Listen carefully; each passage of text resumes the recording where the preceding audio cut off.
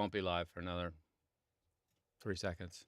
And I'll tell you, and now it's telling me we're live. And today we are 5 seconds early, so I'm happy to do that. And welcome. We have this great guest, Khai, and we have a not so great guy, Johnny. But what's super cool is that Khai is just one of those people that everybody in the industry should know. Not enough people do know. And I had the pleasure of meeting her in her side gig. I didn't even know. It was kind of funny because a friend of ours who had worked with her said, "Hey, you should come to this cool thing." And I went and did it. We'll talk about it later. And I had no idea. So here's one of the fascinating things that is pretty obvious. But all these great people in this business have a life outside of this business. All right. Yeah, I know. Right. So, Johnny, how in the world did you two meet? If you remember, and or how long have you known each other, and how did that whole thing develop there? Can you introduce her for us? So I got a long list of stuff to do. Yes, you do. At Khai Dattoli, Podium. I want to say that I knew Khai. I think we were Dion Audio. Mm-hmm. That's where I think I knew her from. Yeah. And I don't know. I was dear friends with Bob, and I'm friends with Deb still. Not were you around when Bob was with us still? I was, yes. So maybe I knew you then. I can't. I know we go back, Mm-hmm. but it seems again, as we've said many times in the show, in this. I don't know if it's about this business, which is so wonderful. So many wonderful humans, or it's just the way life is. But the people you know that you sort of know and are friendly with, you just don't remember not knowing them. Can't remember the time you met them. And I think that's what's true with Khai. I know that every time we get together, though, if we spend, it's very fun. We just start giggling. We just have a great time together. And it's just one of those things. I think had we gone to school together, neither one of us would have graduated. No, Yeah, I think it would, or at least not with honors. Also, Johnny, you would have had to have been a little bit younger. I'm sorry. Yeah, a lot younger. Well, I could have been.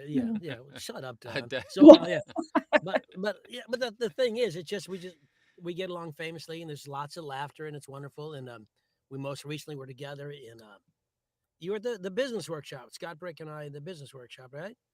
No, I actually wasn't at that workshop, but I was at the Audies and a lot of the different events. And we hung out there, you, me, and Joanna, I remember, and Mhm. Don. It was just wonderful time. And so this woman is just charming, and she's someone you should know. And as we go through, we'll talk about how to get hold of her and what she's looking for at Podium and what they're up to, all that kind of stuff. But right now, let's just take a moment and applaud that she can't even hear you. We're going to applaud her presence. I guarantee people were applauding in their studio. You have to imagine what that's. Play a little sound effects there. Yeah, I'll start getting that together. So tell us, Guy, how did you get started? Well, tell us about your career. You went to college, you came out and became famous. Then what? That's it. Okay. Yeah, I went to USC in LA, not South Carolina, but Southern California. And when I was there, I was trying to go for more acting and film and writing, and I did a lot of playwriting and theater. And I started producing some shows. And then around that time, I met a guy who was working for Dion Audio at the time as a sound engineer and an editor. Came to see one of my shows. We started dating. He brought his bosses, Bob and Deborah Dion, to see one of my plays, and they thought that I could probably work in audiobooks to some capacity from what they saw and how we got along. So I started getting involved in the community that way. I also have a German degree, which I never thought I'd actually use. I just wanted to go to Berlin for a semester of college. But because I knew how to speak German, I initially got into audiobooks, helping do pre-production and casting for German educational books. Wow. Wow. Yes. So I got to know a lot of German narrators before I knew English ones or American ones.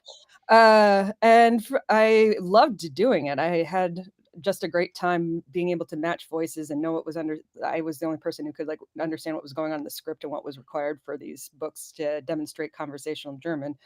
And so they asked if I wanted to start doing some of the American books. And then at the time, there was a lot of what? You said yeah. Oh yeah, I'm from Wisconsin. Sometimes it sneaks out. I did get made fun of a lot for my accent when I first moved to California, so I neutralized it a bit. But because Californians have no accent at all. Right. Oh, everything's in the back of the throat in California. Yeah, from LA. So It Yeah. just the vocal Yeah. fry. Yeah. It's so cool. Yeah. It's just I couldn't take anyone seriously in my classes my freshman year. I was like, they actually talk like this. Especially in like a philosophy class. I think Well, John. well, I think Socrates is saying, ooh, yeah. What were we talking And about? how I've lost wh- it. when you were doing the German, was that a year and a half ago, or was that Oh no, that was a long time ago. 2016, beginning of 2016, I okay? believe. We'll call that 8 years if I. Yeah. Yeah, yeah. Oof. Good math work there done. Yeah, did you Yeah. notice I didn't even Yeah, you didn't even really see my quick. fingers working. Wow, well Abacus done. Barnes, we call them. Yeah. Yeah, so that was in 2016, and I kind of slowly then made my way into doing pre-production and script prepped for different things. I did actually a lot of taking nonfiction books and adapting them into an audio format because a lot of them would be like C graph B, and that doesn't work in an Yeah. audiobook. Yeah. So I would find different ways to get that information across and adapt the scripts and get the authors to sign off on the adaptations that I made. And yeah, and then we started doing more casting, and there was a lot of people who were requested. And as the industry started to boom, the tried and true voices weren't always available. So I started kind of doing some scouting and offering comps to different publishers while working at Dion Audio, and that ended up becoming a thing where instead of people even requesting anyone, just asked us to do auditions straight out the gate, and kind of built up a pretty good casting full time as my job. Then after in 2023 was offered a job by Podium to come work for them to do only casting. And since casting is my favorite thing to do, I jumped at the opportunity. That's great. What do you like about casting? What's the joy in casting from your point of view? It's so creative, actually. I mean, coming with a play background, and I wrote a lot of plays, I was always imagining what voices were going to sound like in my head when somebody put them on. So, doing a casting in audiobooks is the same thing. You're reading words and imagining what is the voice it's going to be that's going to best bring this book to life. And it's so fun to me to hear other people's interpretations of something. Sometimes it's even better than what I thought could even be done. And the community is so encouraging and positive, and like they make me laugh all the time. Where? And I mean, sometimes this is maybe we'll get there here. Uh, Yeah, I haven't laughed once yet. it's a slow start. Um, yeah, there's a lot to be said about being able to be given that privilege and trusted with an author's words to help them find who's going to be the best match for what they want to have put out there into the world. I'm very privileged and honored for it. Now, I have a question. Do you do you make the primary decisions? Do the authors make the primary decisions, or is there a split? What's the norm, and what's happening these days for you? It differs on every single project depending on a lot of factors in general. But I mean, sometimes authors come at it knowing that we know more narrators or know best how something's going to be put into an audiobook, and they are just trusting us full out. Tell me who's going to do a great job. I love that. Yeah. Yeah. There's other situations where they are trusting us. They always are. There's a lot of trust that goes on, but they have some ideas already. They want those incorporated, and they would like to have a final say. So it's kind of being like, based on what you told me and what I saw from your script, these are people who I think could do a good job, and you can kind of fine point who you think best does this. There's other times where authors are really savvy on the business and they have people picked out ahead of time, and we try to see if we can work something out, or if not that person, somebody who's a pretty good comp in the same wheelhouse. So it just really depends on how educated an author is already in the audio world and what the project's kind of needs. Sometimes they don't even know what they need. You don't know what you don't know. Yeah. Everyone in our audience has gone through this in terms of their audition experience, where you audition like you do just the world's best audition, and Mhm, where or certainly every actor needs to do the best they can do. mhm, So here's that. So you do the best you can do, and you're supposed to forget about it. And then you find out later that the author went the author we went a different direction, mhm. which means to me you pick someone not as good. So, uh, which I think is the only healthy way to look at it. But the thing is, sometimes I know, having worked with authors and publishers and talked about this for years now, that sometimes the author, as the business has grown and grown, the authors have more and more say. originally they didn't even think about the audiobook at all. Mhm. And now, because it's a multi-billion-dollar business, of course they think about it. And who gets to do it. And they have a voice in their head sometimes. How much do you get when you talk to the author, and the author says, and you say, look, these three people, yeah, he was on the Tom Barclay, Steve Corona, and Basil Sands. Hi, Basil. Mhm. These three are the people we think would do the job the best. And the author says, no, I want someone who sounds like, John Wayne from the Green Berets movie. And well, that's not, or they have a voice in their head of their best friend in second grade that no one Mhm. knows what they sounded like.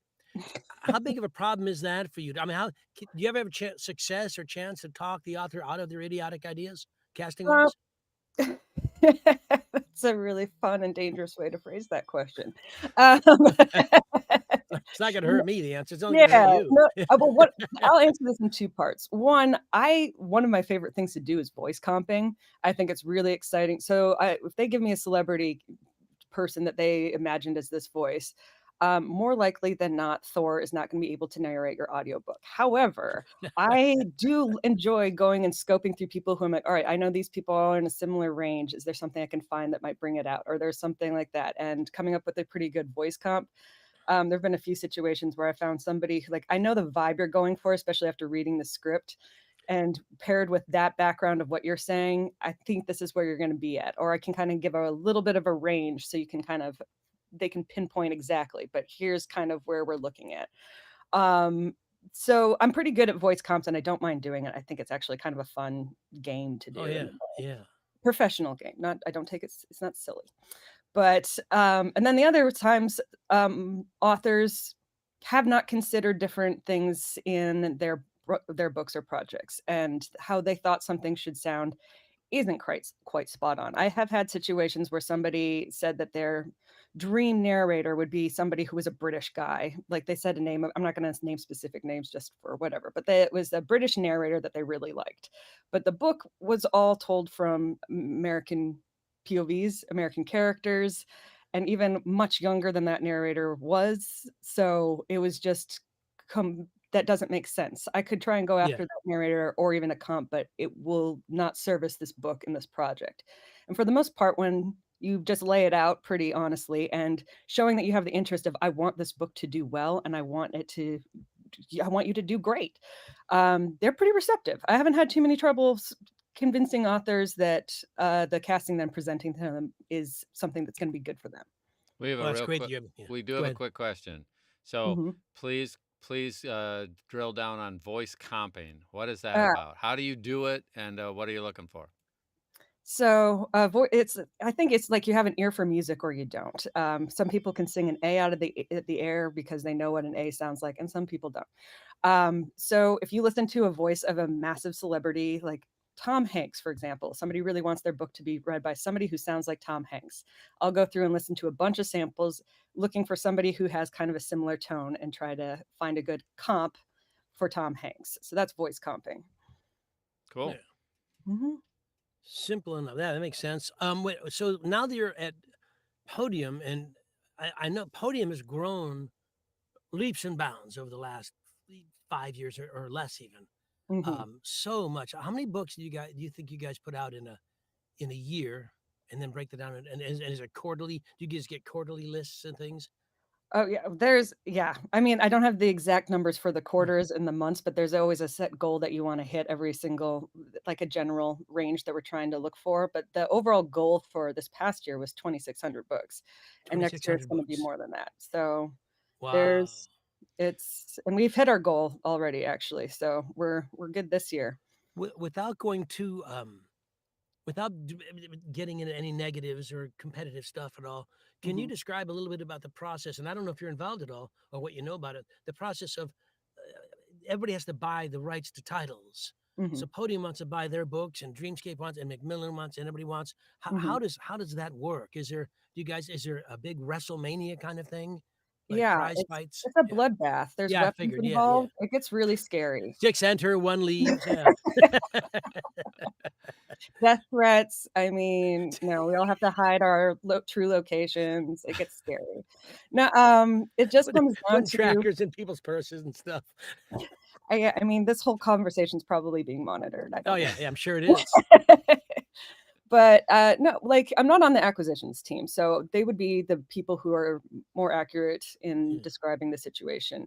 However, it's a general overview because I understand how what goes on is they find talent that they want to sign their work for, and they give them an offer that they think will be competitive and try to show them that Podium will be the best one to elevate their work into the world. And that's what I'm assuming every publisher is doing, and explains why they think that they would be the ones to do it.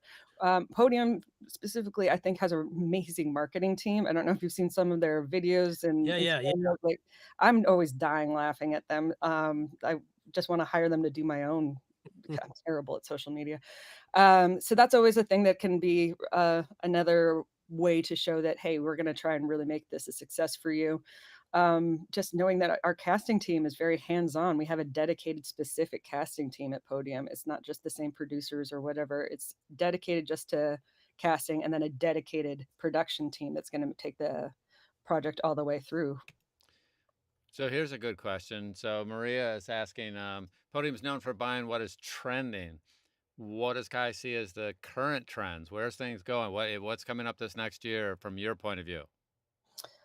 I mean, that's trends are constantly changing, Right. but genre fiction is definitely something that has become more and more of, especially with the internet, being able to find your fan base and people really growing in those fan bases. And as they find other people who are like-minded and interested, that just kind of propels that.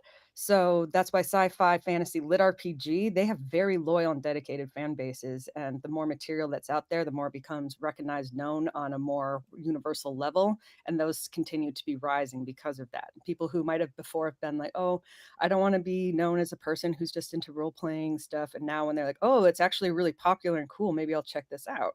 That's been elevating it. Like the Dungeons and Dragons movie came out like a year or two ago, and they're making another one now because those that used to be very niche have become more widely popular.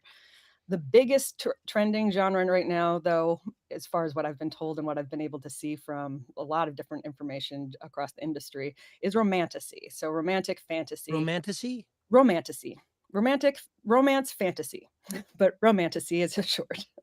Isn't But all yeah, romance fantasy? yeah, Avatar, A Crown of Thorn and Roses, like all those books have had a massive following. They're trying to buy rights to make them into movies and all these other things because they've just been so widely popular.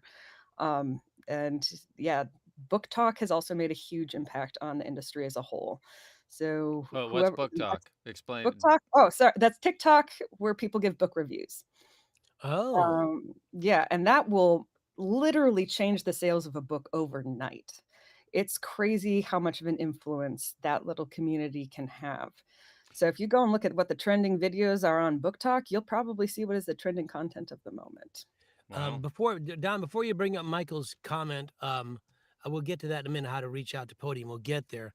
But there is something, John says, where are the audiobooks produced by Podium available? And we'll put that out there, but I think pretty much everywhere audiobooks are available. Yeah, well, at the moment, the best way to find Podium books is Audible. That could be changing. Everything changes all the time, but Audible is the best way to go and find Podium books. I have a specific question about your distribution. Let's say I do an independent project, Don Baarns' My Life on the Pickleball Court.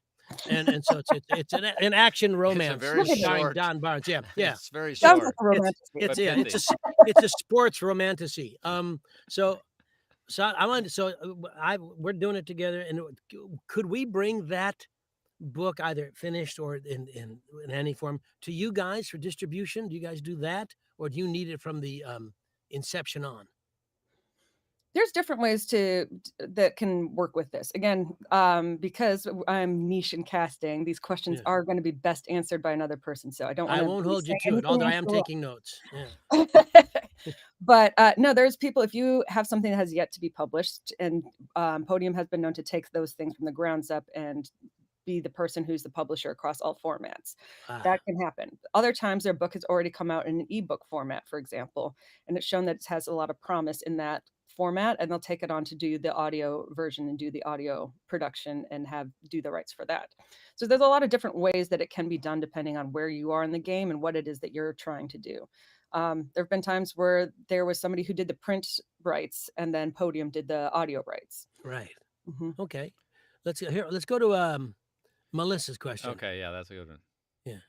So Audible's been experimenting with the retail samples by playing the first 5 minutes, which includes the opening credits. Has this affected your search for narrators, or what do you think about this Mhm. whole practice? Your input on this? That was a big drastic change for me.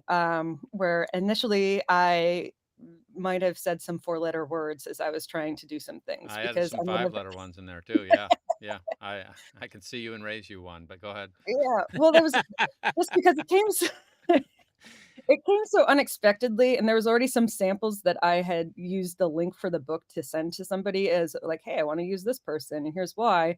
And then they switched it overnight to the first 5 minutes, and it didn't show that narrator anymore because it was a multicast. I'm like, Mm, it was giving me a heads up because now I have to go back and redo all my work, and it made me look like I didn't know what I was doing. But, yeah, in general, I've found a way to make it okay and work for me. I just find it a little bit irritating just because Yeah. I don't wanna hear how narrators do the credits. Right. I assume you all can do the credits. I do them insanely well. You would not believe how. I just want to put that out there. I don't mean to brag, but credits are where I'm at. Now, There's May sometimes cost there'll be painting and one disease.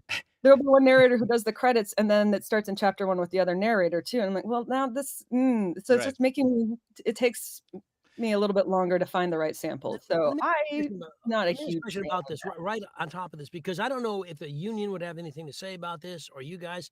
Just something I just thought of now. What if here's an author who's got a book and you think, God, Melissa would be great for this, and so would Denise Stradling. So would I'm looking at Lisa Baarns. I'm looking at the names up here. So you think, geez, and you say you go to their Audible samples and it's Don's giving the credits. Mhm. Well, that's not helpful. Oh, Would come on. you? Yeah, well, that would be awful. So would you? Would it be okay, you think, to ask Melissa and Denise and Lisa to audition for? Would you mind, guys, reading just a page of this because you don't have the sample you want from them, but you think they're good. If Yeah, you I would do that. just read you, that's fine. No, Oh, yeah, I absolutely. I'd I like have more. done that. It just comes down to certain things and certain timelines, and depending on how fast that you're trying to work on something. If something is a drop in, it's an urgent title, it's hitting right now. We're trying to make a simultaneous publication date. I'm trying to not use all the slang terms. Yeah. Um, yeah, so there can be things like that where you're just trying to move fast, and so the easier way to do it instead of waiting for someone to turn around and audition is if they already have a sample that shows you exactly what it is that you were looking for that you can share with other people to justify your casting. I, That I would be want great. I want you But to know, and this could be a resume builder for you guys. mhm. Is we've been doing this almost a year, and we've never had as many questions as we have for you. So you're winning in the question Yeah. pool so far. Yay, Yeah. do I get a prize? Yes, I'll send you a little something. Yeah. Um, have you noticed any? Here's one of my questions. So first off, most of the narrator community is up in arms about the sample thing. Okay, they Mhm, don't like it, mhm, and and I'm kind of looking at it going, all right, this doesn't make any sense to me. But the weird thing is, Audible is going to see the numbers ultimately as to whether having specific samples sell more versus the first 5 minutes. And mhm. at the end of the day, it's less work for them to just play the first 5 minutes if they sell just as well. So my theory is, for all the complaining that I've been doing about it, ultimately, it's going to come down to, do the first 5 minutes match the sales of a dedicated sample that was chosen well and has showed off some things. I believe from a business point of view, Audible will go back to that if it Yeah. sells more.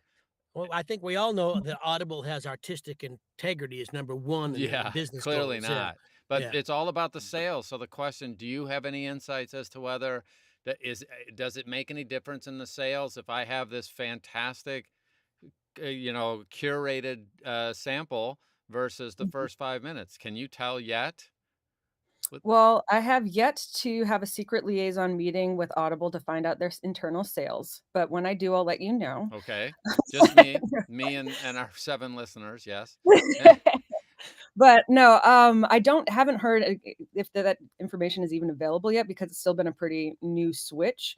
I have heard more people upset about it than Yeah, happy about it, so of I'm course. hoping that that will eventually make their way to them to But we're not try the to make the buyers of best. the books, though. So I mean, Mhm, my sense of it is upset of it. I was not thrilled about it, like everybody else. But at the mhm, end of the day, it's about them selling enough books, and I can't believe they've already got the samples. We're already doing it. mhm. So to go to a different system, it better sell more than what the current one does, or be equal, Yeah, or I they'll. think I mean, everything I say is just speculation, Okay, so I don't have a hard data on that. I think that what you're saying is probably correct. But as there's going to be more competition from other areas of distribution with audiobooks, especially with Spotify, it's going to be very important to make customers happy. cool. Cool. Well, tell us about Spotify and where you see it fitting into the audiobook business. I mean, it's already in the audiobook business, so it's doing its best to fit in. I'm very curious to see where it's going to go with a whole different. I'm very just interested and want to learn more and what's going on. I'm not going to shoot it down yet because I don't think there's enough information. I don't know exactly how the company plans on making it sustainable if they're going to offer audiobooks for free. I'm afraid of that sometimes hurting what will make an audiobook profitable and it could hurt narrators honestly in the long run.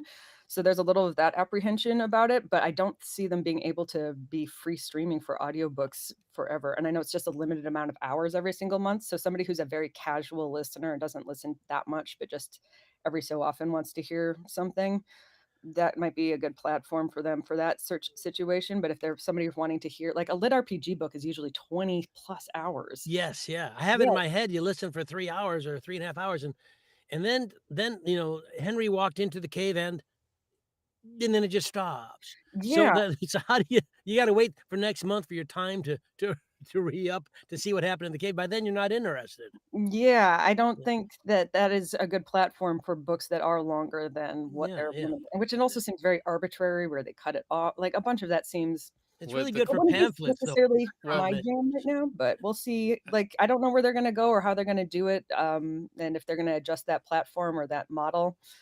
But yeah, I mean they're already out there, and I do know people who like the fact that they can just listen to a few things here and there for free. so someone's asking, how do you decide on like so when Johnny, you cast him for a book, okay, be a minimum wage, but then you have another narrator and two hundred fifty wait, you dollars an get paid hour. for this? Yeah, Johnny, Johnny's usually a charity case, but outside of Johnny, um, how do you? So if I'm a new narrator, Mhm. should I request Heller rates I mean, no. times two? That's the thing. This is That a was a long no. no. This is the very question she asked us not to ask. Oh, I I forgot. I mean, I would I'm just But it wasn't me. Johnny's I been in didn't the ask. space Yeah. for a very long time. He has a huge resume. He has a lot going on behind him and things like that. If you're brand new to the industry, I might wait till you've built up your portfolio a little bit more, given yourself a little bit more, that you give some free not free samples. Never give free samples. Charge for your work. You're worth being paid for, and the union is on your side to making sure that the minimum rates are there, and always go with what is the SAG minimum, if nothing less than that. That is not.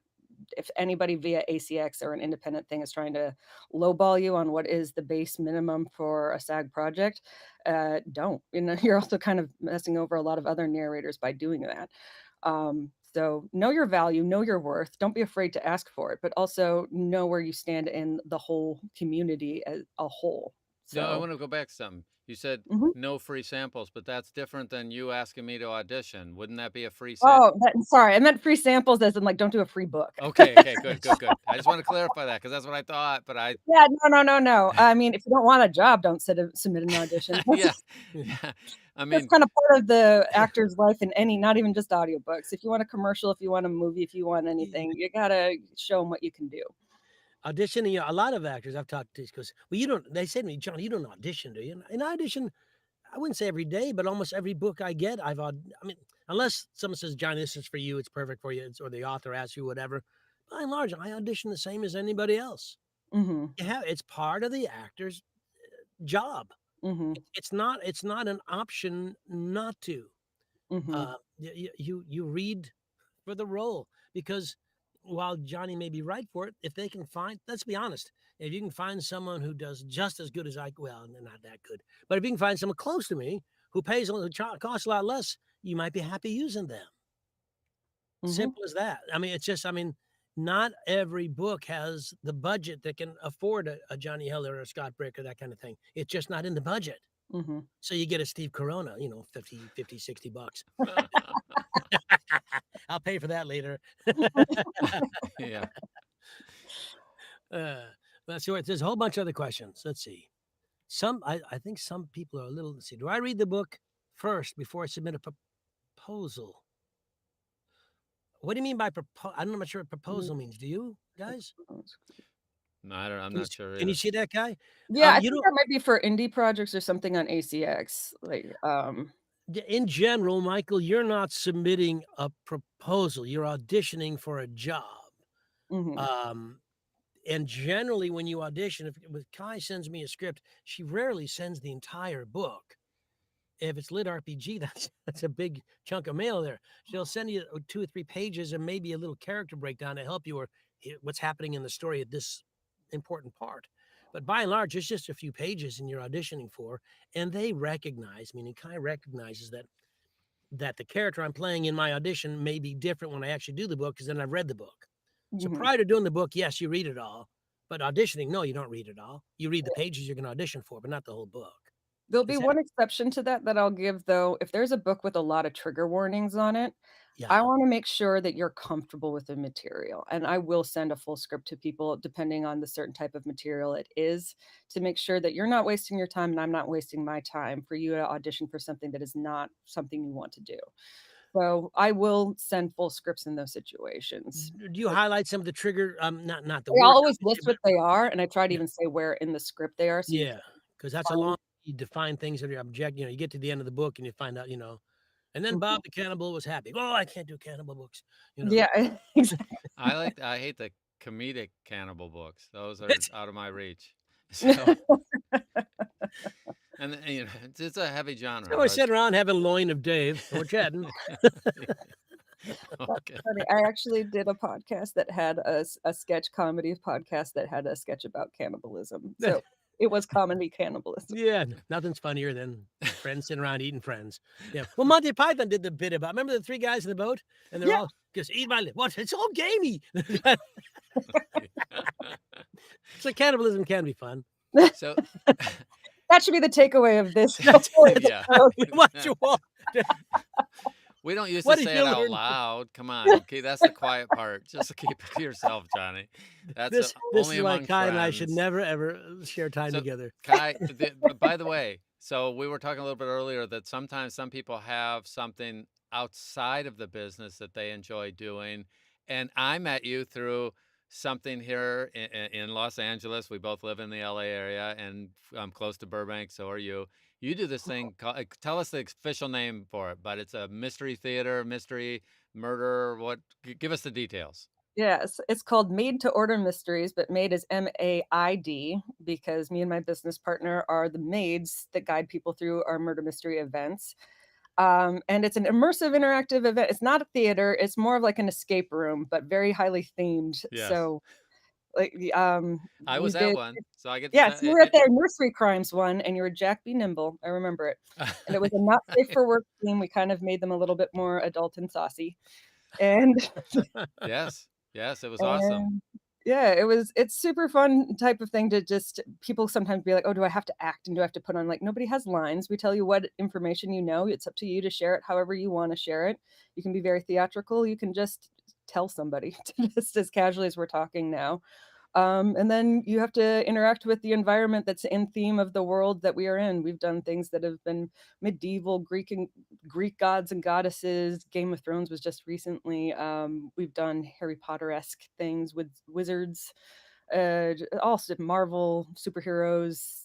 A bunch is different type of inspiration that's kind of parroting whatever theme we pick and letting people get a chance to sometimes professional cosplayers love to come to these things. So even if you don't want to dress up really big, you can enjoy some other people's swing for the fences with some crazy cool costumes. Yeah, well, I just remember going in and being awed by there were a set of people there that clearly had been doing theater or acting their whole life, and there were people like me who was there who was just on the edge and having a good time, and both camps were able to interact with each other. And there were some people from the second you met them, they were in character. Hmm. And there were other people that were like me that, oh, I don't even, I'm trying to figure this whole thing out. But how'd you get started with that kind of thing?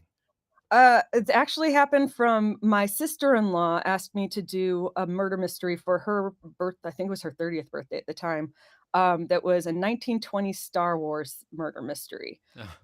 Based off of a Scrubs episode where JT couldn't decide what he wanted to theme his birthday. He was like said 1920s, no Star Wars, no murder mystery. No 1920s Star Wars murder mystery.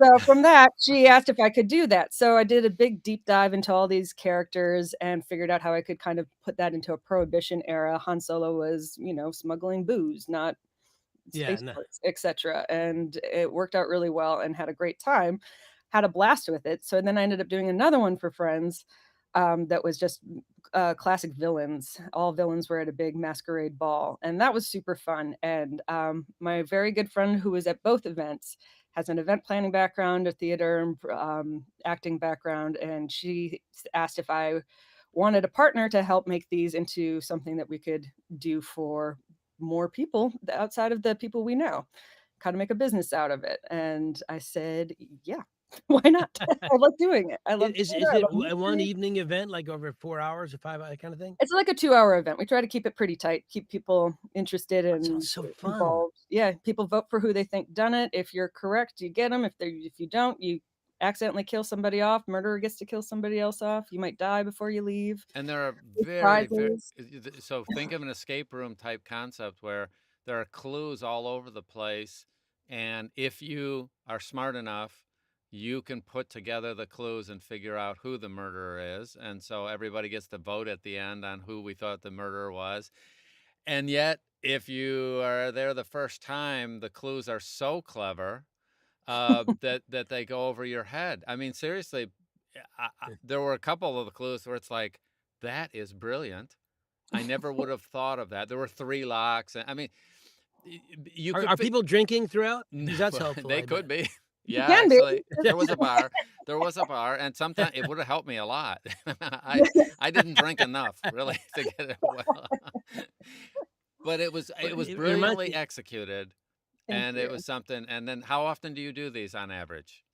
Okay. Well, I usually end up having somebody request a private one once a month or have one of those at least once a month. And then I'll do a public one where anybody can grab a ticket to come and do one. We used to do every month, but I've tried to slow my roll a little bit because I found myself being overextended. So every other month. But yeah, we have a lineup for the rest of the year where we have a vampire one, just all vampires of different genres get together for a big bash in Halloween times. All, Um, all it's vampires. pretty Wait a Oh, yeah, second. it's like I from all things, and it gets we've done this theme before, and it was absolutely hilarious. So people are making fun of the Twilight vampires. Lestat from Yeah. Interview with the Vampire is hitting on everybody. It's just but then there's Did you ever actually see murder mystery Sheer we have to Madness? figure out. And Did then you we ever have see Sheer Madness, the play? what? Did you ever see the play Sheer Madness? No, but it sounds like It's a something murder mystery play. mm, It's about a it's a murder mystery play that it's about a barber. It takes place in a barbershop, Sheer Madness, and mhm. there's a murder, and the audience has to pick who did it. They have 3 choices, and it's always it's an equity show. It's ran for years all over the place. I did it in Chicago, and I always remembered the more the audience drank, the better that show always was. Always, without a but it was a murder mystery. It's a play in 2 acts that the audience picked the end. Yes, they've done a lot of that sort of thing, Oh, and yeah. what you're doing sounds kinda like that. Is Yeah, there a right answer? Who did it? sorry? Is Oh, yeah, there a right those answer? ones, Is and there we'll walk you through at the end how you could have gotten to it. We never oh let yeah. anybody walk away thinking that we just tricked you and there wasn't No, any there way was that it was that was solvable. the maddening part in a way that that's where I thought had I been smart enough and put together the clues were all there. You had to actually put it all together, and a couple people did. I did not.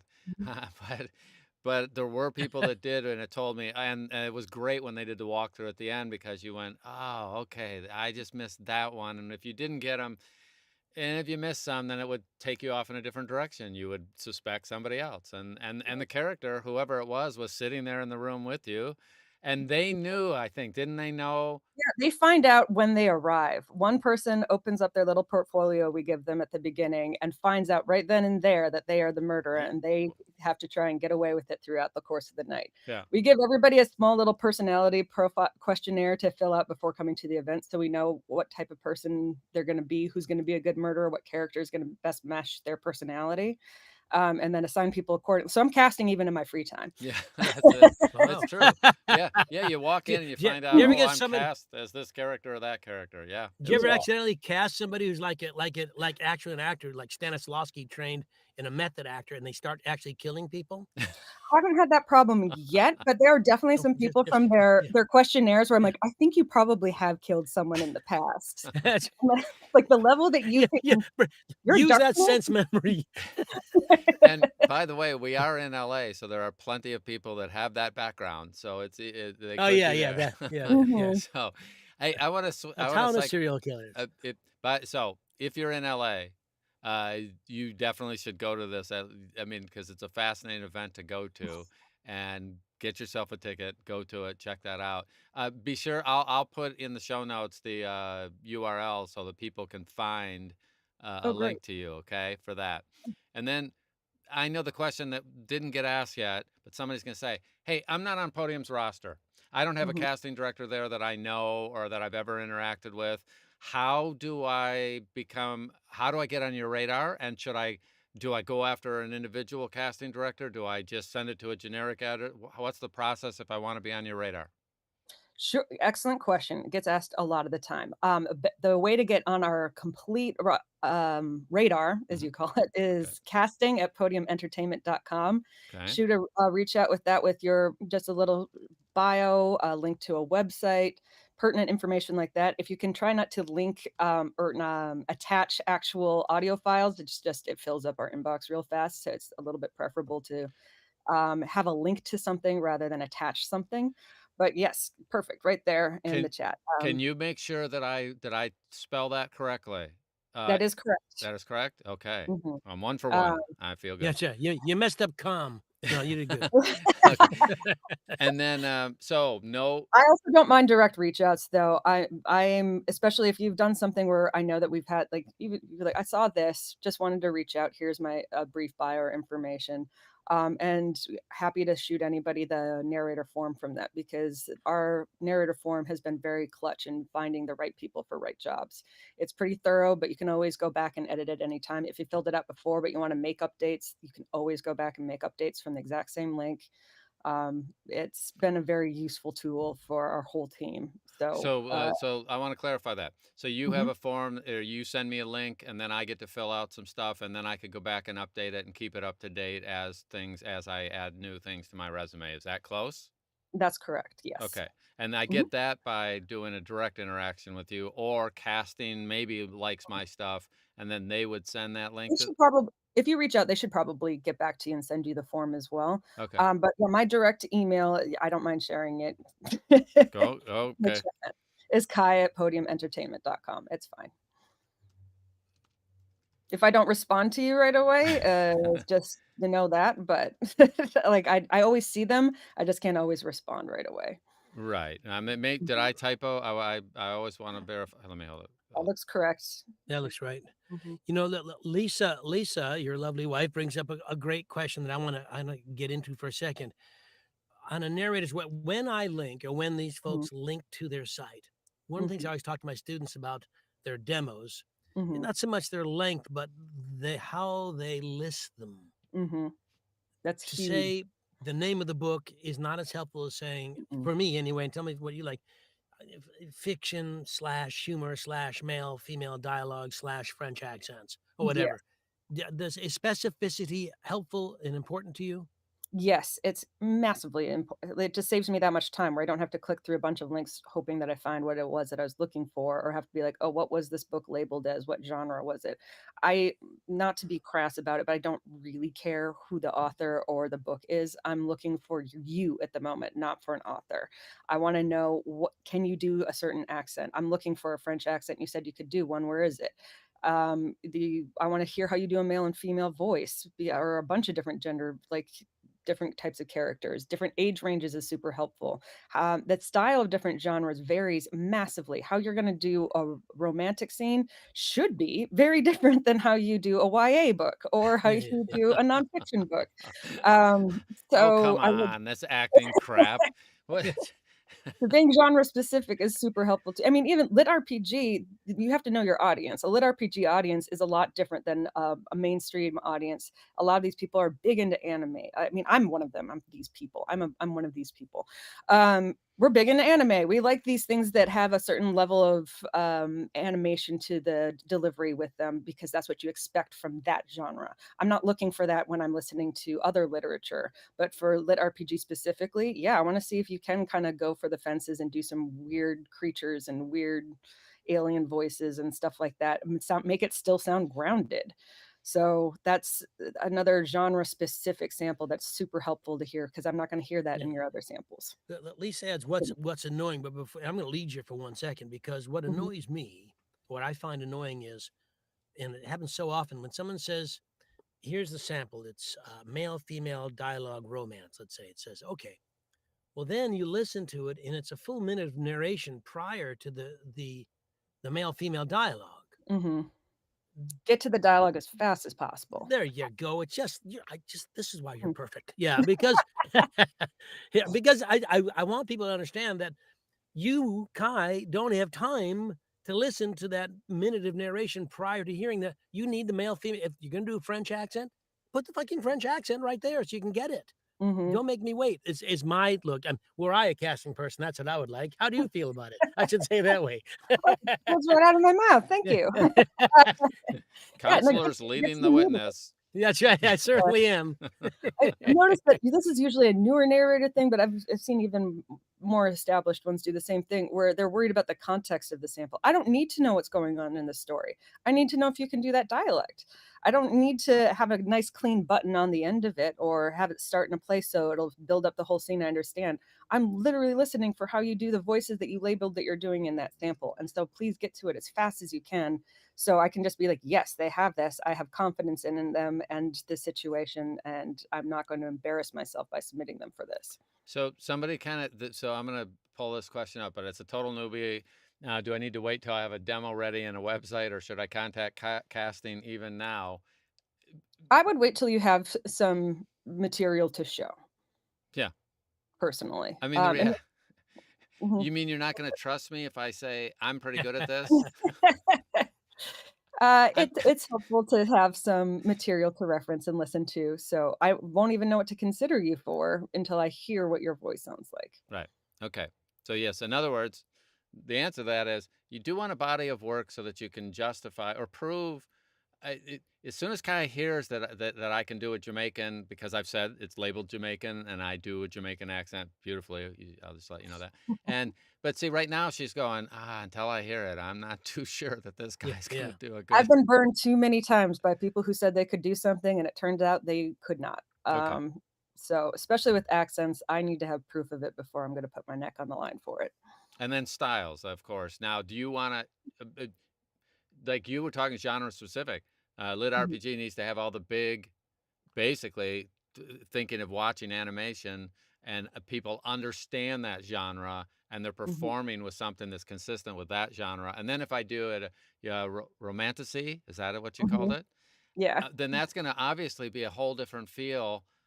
Mhm. It'd be good to label my sample with the proper Yes. label and then get right to that. Close? Yes. Yes, that is super helpful. So the genre is very helpful. Any accents that are appearing, very helpful. male, female, female, female, any of those types of things. Very helpful. Do you like to have multiple styles within one? Like you just said, female, female. Do you like a dialogue back and forth between two characters? You want it even narrower in the sample, that it's sample character one, you hear. If I'm only listening to one sample, I'll sometimes click through a few of them if there's several things that I'm looking for, Mm-hmm. just to see what's in there. The main thing is I would err on the side of a shorter sample that gets to the meat what you have and more of them than one big long sample that transitions to different things. It's just easier to get to hearing what I'm needing to find fast. That's that much faster. Okay. And would you, Mhm. so if I were doing one that had two female characters and they were Mhm. totally different styles, Southern style and British, I'd have Mhm. those as two separate samples. Oh, And then if you could I? want them in the same one, that's fine. If there's a Southern woman talking to a British woman, Mm-hmm. by Yeah. all means, I would love to see your accent Accent, yeah. gymnastics. Okay. And the question is, would I be well off to put two separate and then put a third one that has them both together? Or should I just, is that okay Oh, too, man. if they were labeled properly? Yeah, as long as everything's labeled correctly, it's fine, and honestly, if you just had, like, a Southern and a British in the same sample, great, I just killed 2 birds with 1 stone. Yeah. Phenomenal. So, Okay. No, I'm sure that's but it's like, helpful. "Oh, here's a Southern character," and then 2 minutes later, meet a British character, then divide it up into 2 samples. Right. But That's if they have an interactive conversation, then that would help oh, yeah. you. Okay. Throw them in. Mhm. Okay. Oh, and also showing if you can speak another language, that sounds fluently and natively, throw that in. Oh, that's easy for me. Yeah. How Silence. long, Kai, do you want the the demos to be? What's a reasonable length per demo? I mean, you can make them as long as you want, it doesn't mean I'll listen to the whole thing. But I always tell people like a minute to 3.5 minutes. That's what I Yes, say. that's good. Yeah. That's I usually if people have a hard time knowing ahead of time how long something is going to be, I'd never go over 2 pages. If you're Yeah. not sure how long something's gonna be, just keep it under 2, for a demo. But yeah, between 1 and 3 minutes is pretty good. And What else is I'm out gonna there? guess though, when you're looking for something, you have an idea within the first 20 seconds whether I nailed it or I didn't. Yes and no. No? Sometimes people are really good at an accent at the first 2 lines and start to lose it on the 3rd, 4th, 5th, etcetera, as they go on. So if you have an accent sample, I'm gonna listen to more of it to make sure you can maintain it. Okay, that makes sense. Mhm. And by the way, I can't. So I'll save you some time right there if you get mine. Mhm. And Uh, I'm trying to see these other things. Someone asked if you have a nonfiction. Podium does nonfiction. oh, Yes. Yeah. Mhm. Yeah, I've done several nonfiction books, and I have a couple more even coming up right now. So, yes. Do you? Yeah, Oh, there's nonfiction can be trending as well, especially on yeah. topics that are really that people want or are looking for content for. There's a lot of things about motherhood that's been a big thing because people want that information available to them, especially as that parenting JD information Vance has updates confused so the whole often. issue for everybody. Yeah. Yeah. There's a lot of memoir stories that are really can be very endearing and passionate to hear about. Climate change is a big one that people are wanting content for. There's a bunch of different types of nonfiction that Yeah. true crime did one of those. That was Those are awesome. chilling. Yeah. Yeah. I that's love the Let me know doing if you cannibal stuff it. we talked about yeah. earlier. Well, let me know if you get the rights to Cocaine Bear. That'd be fun. So I'll reach out. Andrew's asking how does the podium roster work? I don't understand. Narrators are not searchable until they've completed one title. I don't even understand what There's that 2 means. different things that you're talking about at this point. On the Podium's website, you can search for different narrators if they've done at least 1 title. However, you can be in our narrator database where you fill out our narrator form and we have all of your information. You're not that information though is private Right. and kept just to our casting team because sometimes people will share personal information that they would like to be factored into casting, but they don't necessarily want the world at large to have access to that information. So those are 2 different things. Okay. If you're listed on the website, that means you've done at least 1 podium book, but a ton of more people are listed in our database and who are just trying to find the right match of a project for. Okay. Cool. Here's Nancy Bober. What do you find is the most difficult accent to cast, especially with authenticity? Ooh, I've had to do a couple of real bizarre ones. So that's a really good question. A Maori accent was pretty tricky for some Oh people yeah. to figure out. That one made me have A, to pull my hair out a bit. Did you say a New Sometimes Yorker? Maori. Maori, Yeah, like okay. from New I Zealand. thought it was a New York accent. Sorry. From New York. Yeah. Oh. Yeah. Yeah, so that can be tricky. I think actually, I was just talking about this the other day, actually, with a friend of mine. The hardest accent I ever had to cast was Newfoundland. It is such a very specific, unique Canadian accent, and that was almost impossible. There was like an option that was able to do it authentically. As an aside, have you ever watched Letterkenny on Hulu? You ever seen it? No, It's a I don't real even. quirky Canadian half-hour comedy. It's so bizarre, but very Canadian. It's funny and really kind of rank. But I think, matter of fact, I know you'll enjoy it. If you have Hulu, take a look at Letterkenny. It takes 2 shows to get into it, and then all of a sudden, I think it's like 15 seasons. It goes on forever. But Wow. but the Okay. Canadian accents are it's if you guys want to learn accents, just they're everywhere. They're all over the place. Mhm. Just listen. It's just so easy. But this Canadian stuff is great. So, Michael said his narration demo is a mix of script topics. Now, does that appeal to you? Now, first off, I don't even know what it means by script topics, so I'm not sure what appeal it has. So, Michael, you'd have to clarify that.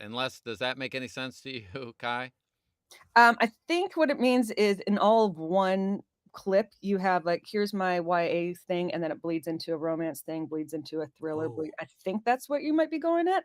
In which case, I would prefer it divided up. yeah. So I can just click to the part that I want. That's kind of what I was trying to say before. Like, I don't mind if you put multiple dialects in a conversation with each other, but if they're spaced out, I'd rather just be able to click to the one that I'm looking for then. Okay. I think it's very funny instead. It's just a bunch of film titles.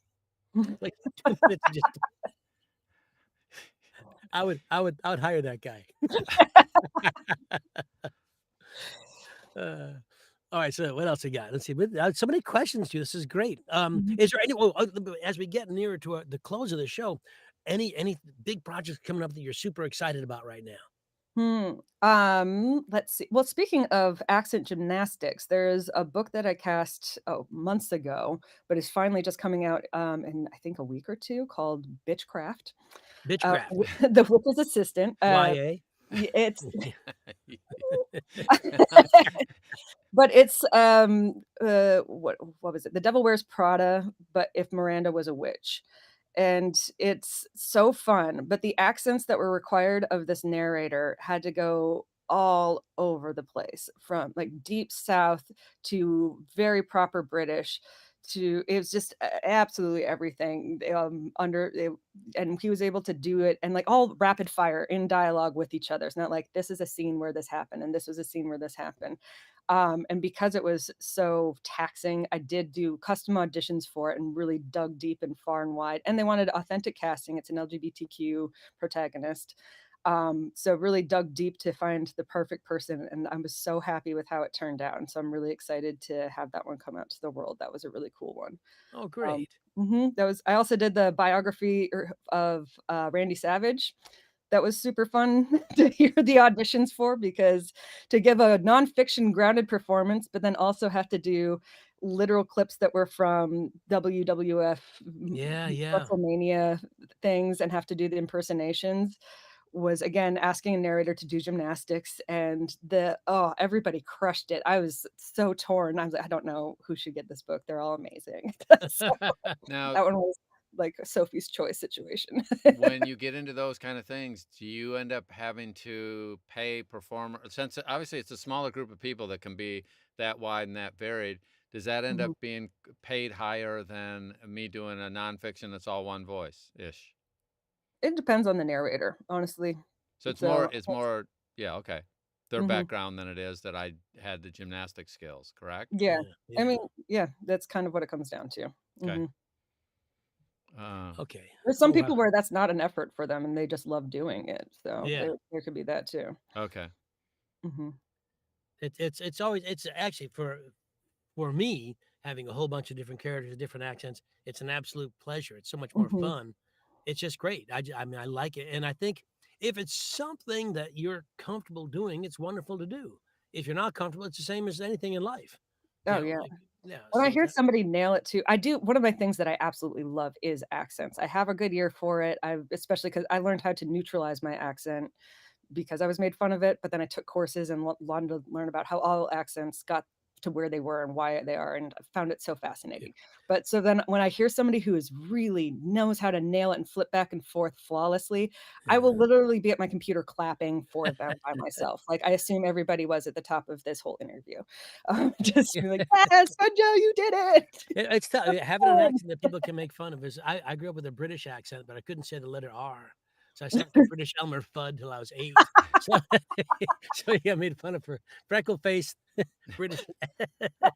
I think making fun of you till 66, but we won't. Yes. Yeah, hey, leave me alone. I'm just gonna think of you as British Elmer Fudd from now on. That's such a fun image. My new branding. Yeah. Well, this has been an absolute gas. Such as I expected. Would you be willing to come back again sometime? Oh, absolutely. Okay, next week. No, well, don't put her on the spot at all, Johnny. What you gonna say? No. Yeah, no.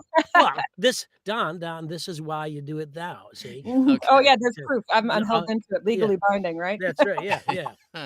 Yes.